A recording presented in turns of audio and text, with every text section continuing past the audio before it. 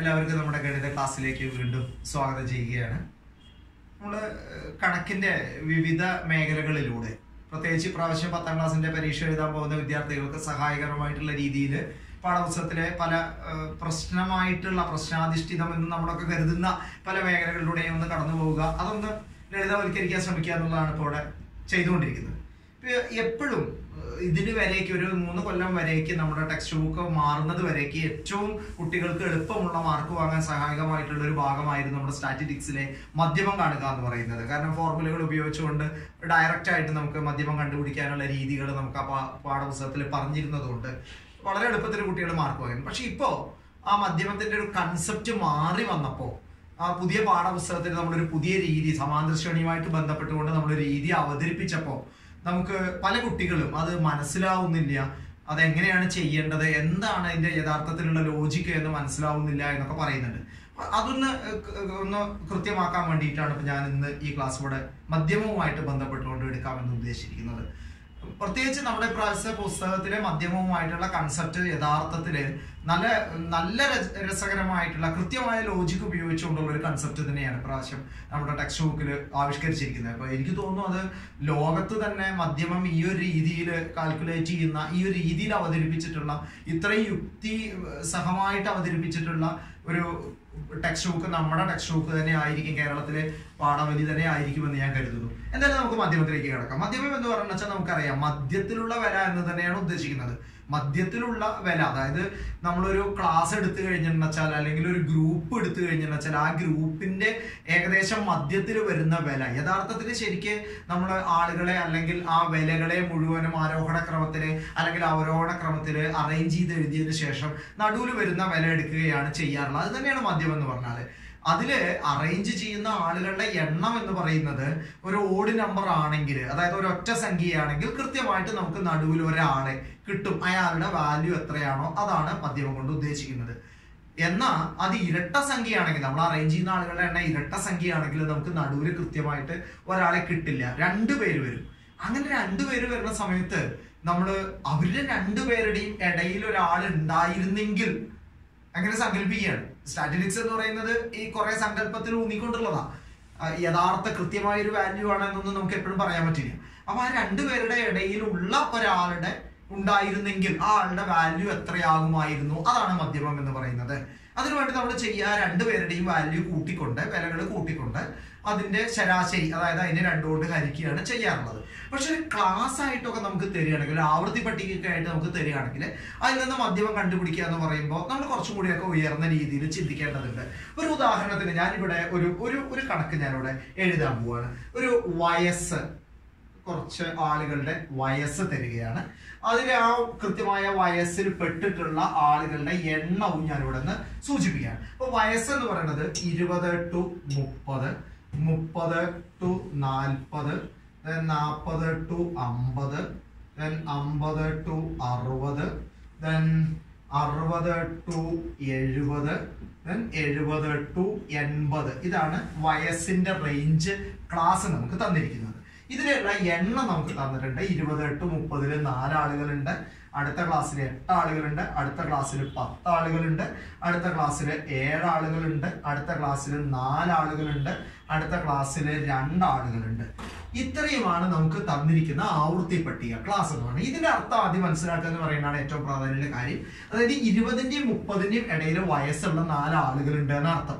20ന്റെയും 30ന്റെയും ഇടയിൽ വയസ്സുള്ള 4 ആളുകൾ എന്ന് പറയുമ്പോൾ 4 ആളുടെ വയസ്സ് 20 ആവാം, 4 ആളുടെ വയസ്സ് 21 ആവാം, 4 ആളുടെ വയസ്സ് 22 ആവാം, അല്ലെങ്കിൽ ഈ 4 ആളുടെ വയസ്സും 20ന്റെയും 30ന്റെയും ഇടയിലുള്ള ഏത് സംഖ്യയും വരാം. എന്തായാലും വയസ്സ് നമ്മൾ പൂർണ്ണസംഖ്യ ആയിട്ടല്ലേ പറയാറുള്ളൂ, ദശാംശ സംഖ്യ ആയിട്ടൊന്നും പറയാറില്ലല്ലോ. അതുകൊണ്ട് നമുക്ക് 21 ആവാം, ചിലപ്പോൾ 22 ആവാം, 23 ആവാം, 24 ആവാം.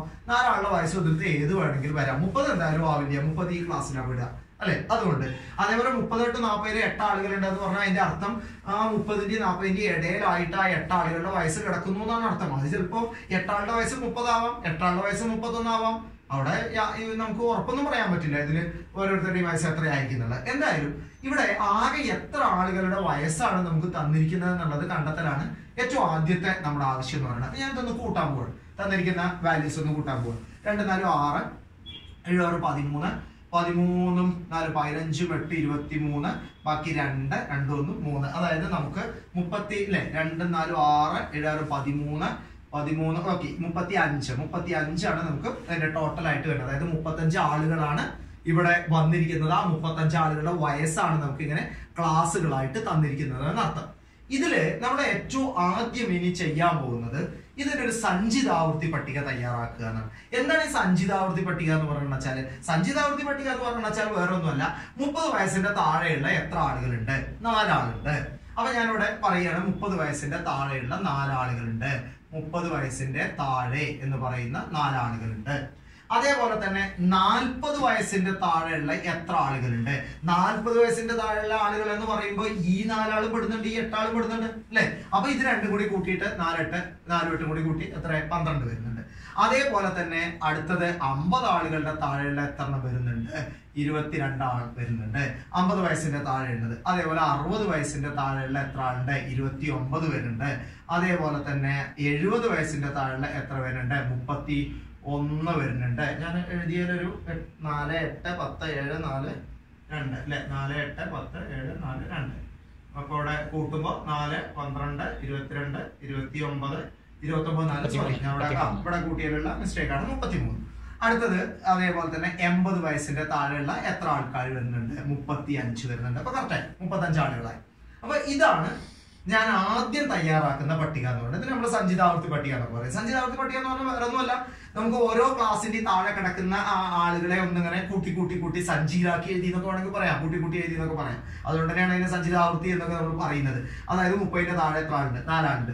40ന്റെ താഴെ ആകുമ്പോഴേക്ക് ഇത് 2 കൂടി കൂട്ടിയിട്ട് 12 ആളുണ്ട്. 50ന്റെ താഴെ ആകുമ്പോഴേക്ക് അത് 3 കൂടി കൂട്ടിയിട്ട് 22 ആളുണ്ട്. അങ്ങനെ 35 ആളുണ്ട് എന്നർത്ഥം. 35 ആളുകളെയും നമ്മളിങ്ങനെ നിരത്തി നിർത്തുകയാണെന്ന് വിചാരിക്കുക. ഒരു ഗ്രൗണ്ടിൽ കൊണ്ടുപോയിട്ട് നിരത്തി നിർത്തുകയാണ് 35 ആളുകൾ. അങ്ങനെ 35 ആളുകളെ നിരത്തി നിർത്തി കഴിഞ്ഞാൽ എന്താ വെച്ചാൽ ഇതിന്റെ മധ്യമം എന്ന് പറയുന്നത് ആ നിരത്തി നിർത്തിയ ആളുകളിൽ നടുവിൽ വരുന്ന ആൾ ആരാണോ അയാളുടെ വയസ്സായിരിക്കും. അതാണ് ഇവിടെ മധ്യമം കൊണ്ട് ഉദ്ദേശിക്കുന്നത്. അങ്ങനെ 35 ആളുകളെ നമ്മൾ നിരത്തി നിർത്തി കഴിഞ്ഞെന്ന് വെച്ചാൽ നടുവിൽ വരുന്ന ആളെന്ന് പറയുന്നത് എത്രാമത്തെ ആളായിരിക്കും എന്നുള്ളതാണ് ഇവിടുത്തെ ചോദ്യം അല്ലെ? 35 ആളുകളെ നിരത്തി നിർത്തി കഴിഞ്ഞെന്ന് വെച്ചാൽ നമുക്ക് ഉറപ്പാണ് ഇതിന് നടുവിൽ വരുന്ന ആളെ എന്ന് പറയുന്നത് 18ാമത്തെ ആളായിരിക്കും എന്നർത്ഥം. ഉറപ്പാണ് 18ാമത്തെ ആളാണ് അതിന്റെ നടുവിൽ വരിക. കാരണം അപ്പുറത്തെ സൈഡിൽ നിന്ന് 17 പോയി, ഇപ്പുറത്തെ സൈഡിൽ നിന്ന് 17 പോയി, നടുവിൽ 18ാമത്തെ ആളായിട്ടാണ് ഇതിന് മധ്യമം വരും. അപ്പൊ 18ാമത്തെ ആളുടെ വയസ്സ് എത്രയാണോ അതാണ് ഇവിടുത്തെ മധ്യമം എന്നുകൊണ്ട് ഉദ്ദേശിക്കുന്നത്. ഞാൻ നോക്കുകയാണ്, ആദ്യത്തെ 4 ആള് നിൽക്കുന്നത് ഈ 20ന്റെയും 30ന്റെയും വയസ്സിന്റെ ഇടയിലാണ്. എന്തായാലും അവരാരും മധ്യമത്തിലേക്ക് പെടുന്നില്ല, മധ്യമം വാല്യൂവിൽ വരുന്നില്ല. പിന്നെ വരുന്ന 12 ഈ 4 കൂടി കൂട്ടി ആകെപ്പാടെ 12 ആളുകൾ നിൽക്കുന്നത് ഈ 40ന്റെ താഴേക്കാണ്. അവരും എന്തായാലും മധ്യമം കണക്ക് കൂട്ടുന്നതിലേക്ക് പെടുന്നില്ല, അവരെയൊക്കെ നമ്മൾ ഒഴിവാക്കി പോവുകയാണ്. പിന്നെ 13ാമത്തെ ആള് മുതൽക്ക് 13 14 15 16 17 18 19 അല്ലെ 20 എന്ന് പറയുന്ന ബാക്കിയുള്ള ആളുകളൊക്കെ പെടുന്നത് ഈ ഒരു ക്ലാസ്സിലാണ്, 40 to 50ലാണ്. അതുകൊണ്ട് ഒരു കാര്യം ഉറപ്പായി, 18ാമത്തെ ആള് എന്ന് പറയുന്നത് 40 to 50 എന്ന് പറയുന്ന ക്ലാസ്സിലാണ് കിടക്കുന്നത്.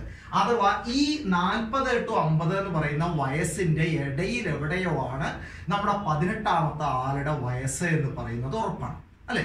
അങ്ങനെയാണെങ്കിൽ നമുക്ക് അതൊന്ന് കണ്ടുപിടിക്കാൻ ശ്രമിക്കുകയാണ്. ഞാൻ നേരത്തെ പറഞ്ഞ പോലെ ഈ 12ാമത്തെ ആൾ ഇവിടെയാണ് നിൽക്കുന്നത്, 13ാമത്തെ ആൾ ഇതിലാണ്, 14ാമത്തെ ആൾ ഇതിലാണ്.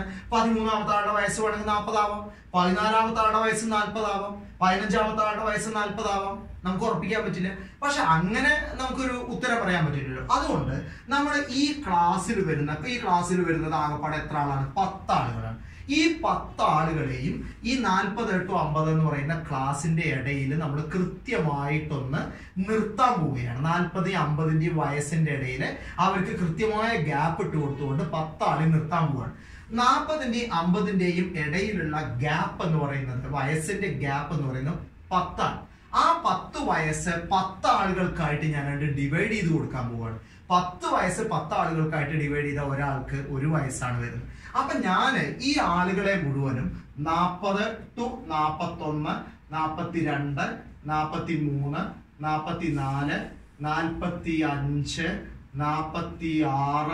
then 47 48 49 50 ഇങ്ങനെ 10 ആളുകളെയും ഈ ഗ്യാപ്പിന്റെ ഇടയിൽ കൃത്യമായിട്ട് ഒരേ അകലത്തിൽ ഞാൻ നിർത്താൻ പോവുകയാണ്. അപ്പോ എന്റെ 13ാമത്തെ ആള് എന്ന് പറയുന്നത് ഇവിടെയാണ് വരിക. 13ാമത്തെ ആള്, കാരണം 12ാമത്തെ ആള് ഇവിടെ വന്ന് നിൽക്കുന്നുണ്ട്, ഈ ക്ലാസ്സിൽ നിൽക്കുന്നുണ്ട്. അപ്പൊ 13ാമത്തെ ആളാണ് ഈ ക്ലാസ്സിൽ ആദ്യമായിട്ട് വരിക, ഫസ്റ്റിൽ വന്ന് നിൽക്കുക. അപ്പൊ ഞാൻ 13ാമത്തെ ആളെ ഈ 40ന്റെയും 41ന്റെയും ഇടയിൽ കൊണ്ടുപോയിട്ട് നിർത്തി. ഞാൻ അടുത്ത 41ന്റെയും 42ന്റെയും ഇടയിൽ 14ാമത്തെ ആളെ നിർത്തി. അതേപോലെ തന്നെ 15ാമത്തെ ആളെ ഇവിടെ നിർത്തി, 16ാമത്തെ ആളെ ഞാൻ ഇവിടെ നിർത്തി, 17ാമത്തെ ആളെ ഞാൻ ഇവിടെ നിർത്തി, 18ാമത്തെ ആളെ ഞാൻ ഇവിടെ നിർത്തി, 19ാമത്തെ ആളെ ഞാൻ ഇവിടെ നിർത്തി, അതേപോലെ തന്നെ 20ാമത്തെ ആളെ ഞാൻ ഇവിടെ നിർത്തി, അതേപോലെ 21ാമത്തെ ആളെ ഞാൻ ഇവിടെ നിർത്തി, 22ാമത്തെ ആളെ ഞാൻ ഇവിടെ നിർത്തി. ഇതാ കണ്ടോ, 22ാമത്തെ ആളായപ്പോഴേക്ക് നമ്മൾ ഈ പറഞ്ഞ ആ ക്ലാസ്സിലുള്ള ആളുകളെയൊക്കെ കൃത്യമായിട്ട് ആ 10 ആളുകൾ, ഇതാ 1 2 3 4 5 6 7 8 9 10 ആളുകളെയും ഒരേ ഗ്യാപ്പില് ഒരേ അകലത്തിൽ നമ്മൾ കൊണ്ടുപോയിട്ട് നിർത്തി. അങ്ങനെ നിർത്തി, അതായത് അവരുടെ വയസ്സൊക്കെ ഇതിന്റെ ഇടയിലാണ് എന്ന് നമ്മൾ സങ്കല്പിച്ചു. അതൊരു സങ്കല്പം മാത്രമാണ്, അല്ലാതെ യാഥാർത്ഥ്യമല്ല. അങ്ങനെ സങ്കല്പിച്ച് അവരെ അവിടെ കൊണ്ടുപോയിട്ട് നിർത്തി. അങ്ങനെ നോക്കുമ്പോൾ നമുക്ക് ആവശ്യം 18ാമത്തെ ആളെ എവിടെ നിൽക്കുന്നു എന്ന് കണ്ടെത്തലാണ്. 18ാമത്തെ ആള് നിൽക്കുന്നത് ഇവിടെയാണ്. 45ന്റെയും 46ന്റെയും ഇടയിലായിട്ടാണ് നിൽക്കുന്നത്.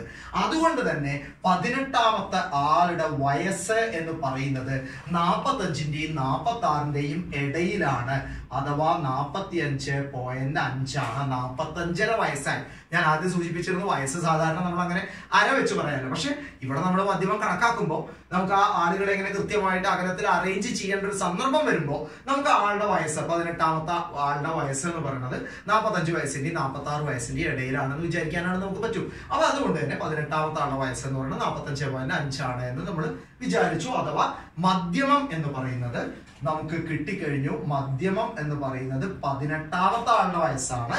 അത് എത്രയാണ്? 45.5. ഇത് വേണമെങ്കിൽ നമുക്ക് സമാന്തര ശ്രേണി എന്ന് പറയുന്ന ആശയം ഉപയോഗിച്ചുകൊണ്ട് നമുക്ക് സൂചിപ്പിക്കാം. അപ്പൊ സമാന്തര ശ്രേണിയിലെ ആദ്യത്തെ പദമാണ് ഇത് എന്ന് വിചാരിക്കുക. അതായത് 40.5, 40ന്റെയും 41ന്റെയും ഇടയിലുള്ള ആദ്യത്തെ വില 40.5. ഇത് 13ാമത്തെ ആളാണ്. 13ാമത്തെ ആളിൽ നിന്ന് നമുക്ക് എത്തേണ്ടത് 18ാമത്തെ ആളിലേക്കാണ്. 18ാമത്തെ ആളിലേക്ക് എത്തണം എന്നുണ്ടെങ്കിൽ നമ്മൾ എത്ര പൊതുവ്യത്യാസം കൂട്ടണം? 13ാമത്തേൽ നിന്ന് 18ാമത്തേലേക്ക് എത്തണം വെച്ചാൽ നമ്മൾ 5 പൊതുവ്യത്യാസം കൂട്ടണം. 5 പൊതുവ്യത്യാസം എന്ന് പറയുമ്പോൾ 5 ഇൻറ്റു എത്ര ഇവിടുത്തെ പൊതുവ്യത്യാസം? ഓരോന്നാ നമ്മൾ എടുത്തിരിക്കുന്ന പൊതുവ്യത്യാസം ഒന്നാ. എങ്ങനെ നമുക്ക് ഈ പൊതുവ്യത്യാസം കിട്ടിയത്? ഈ ക്ലാസിന്റെ ആ ഇന്റർവെലിനെ അല്ലെങ്കിൽ അതിന്റെ ഇടയിലുള്ള ഗ്യാപ്പിനെ ഇവിടെ വന്നിരിക്കുന്ന ഫ്രീക്വൻസിയുടെ എണ്ണം കൊണ്ട് ഹരിച്ചിട്ടാണ്. അതായത് ഇവിടെ 10 വയസ്സാ. ആ 10 വയസ്സിനെ 10 ആളുകൾക്ക് ഡിവൈഡ് ചെയ്തതാ. അപ്പൊ 10/10 1. അതാണ് നമ്മുടെ പൊതുവ്യത്യാസം എന്ന് പറയുന്നത്. ആ ഒരു പൊതുവ്യത്യാസം 1 നമ്മളിവിടെ എടുത്തു. അഥവാ ഇതിനെ നമുക്ക് ചെയ്യുമ്പോൾ 45.5 എന്നുള്ള ഉത്തരം കൃത്യമായിട്ട് സമാന്തര ശ്രേണി എന്ന് പറയുന്ന ആശയത്തിലൂടെ കൂടി നമുക്ക് കിട്ടുന്നുണ്ട്. ഈ ഒരു ആശയം നമ്മുടെ ടെക്സ്റ്റ് ബുക്കിൽ അവതരിപ്പിക്കാനുള്ള കാരണം എന്ന് പറയുന്നതിന് നമുക്ക് മധ്യമം പറയുന്ന സമയത്ത് 23ാമത്തെ ആളുടെ അല്ലെങ്കിൽ 24ാമത്തെ ആളുടെ എന്ന് നമുക്ക് പറയാൻ പറ്റില്ലല്ലോ, അങ്ങനെ ഒരാളില്ലല്ലോ. അപ്പൊ അതുകൊണ്ട് ആ പറയുന്നതിലുള്ള ഒരു ക്ലാരിറ്റി കമ്മിയുണ്ട്. അതിനെ ഒന്നുകൂടി യുക്തിസഹമായിട്ട് നമ്മുടെ സമാന്തര ശ്രേണി എന്ന് പറയുന്ന ആശയം ഉപയോഗിച്ചുകൊണ്ട് നമ്മൾ പറയുകയാണ് ചെയ്തിരിക്കുന്നത്. ഇത് ടെക്സ്റ്റ് ബുക്കിൽ നമുക്ക് ഇങ്ങനെയുള്ള ഈ ആശയം പറഞ്ഞിട്ടുണ്ട്. പക്ഷെ അവിടെ നമുക്ക് ഫ്രാക്ഷൻസ് ധാരാളമായിട്ട് വരുന്നുണ്ട് അതിൽ. അതുകൊണ്ടുള്ള ചെയ്യാനുള്ള ഒരു ബുദ്ധിമുട്ട് മാത്രമേ ഉള്ളൂ. നമുക്ക് SLC പരീക്ഷയ്ക്ക് അങ്ങനെ വലിയ ഫ്രാക്ഷൻ ഒന്നും വരുന്ന മധ്യമത്തിന്റെ കണക്കുകൾ ഉണ്ടാവില്ല എന്ന് പ്രതീക്ഷിക്കാം. എന്തായാലും പരീക്ഷ എഴുതാൻ പോകുന്ന SLC പരീക്ഷ എഴുതാൻ പോകുന്ന എല്ലാ വിദ്യാർത്ഥികൾക്കും മധ്യമം ഈസി ആവട്ടെ, മധ്യമം കൃത്യമായിട്ട് കണക്കാക്കാൻ പറ്റട്ടെ. ഇതിൽ നിന്ന് വരുന്ന സബ് ചോദ്യങ്ങൾ, ഇപ്പൊ ഇതിന് സബ് ചോദ്യങ്ങളൊക്കെ വരാം. 13ാമത്തെ ആളുടെ വയസ്സ് എത്രയും നമുക്ക് ഉത്തരം കൃത്യമായിട്ട് പറയാം, 40.5 ആണെന്നുള്ളത്. വേണമെങ്കിൽ നമുക്ക് 16ാമത്തെ ആളുടെ വയസ്സ് എത്രയും നമ്മൾ ചോദിക്കാം, 43.5. അങ്ങനെ സബ് ചോദ്യങ്ങളൊക്കെ ചോദിക്കാം. അങ്ങനെ ആ സബ് ചോദ്യങ്ങൾക്കെല്ലാം ഉത്തരം പറയാനും സാധിക്കട്ടെ എന്ന് ആശംസിച്ചുകൊണ്ട് ഞാൻ എന്റെ മധ്യമം എന്ന് പറയുന്ന ആ ടോപ്പിക് ഇവിടെ വെച്ച് നിർത്തുകയാണ്. Thank you.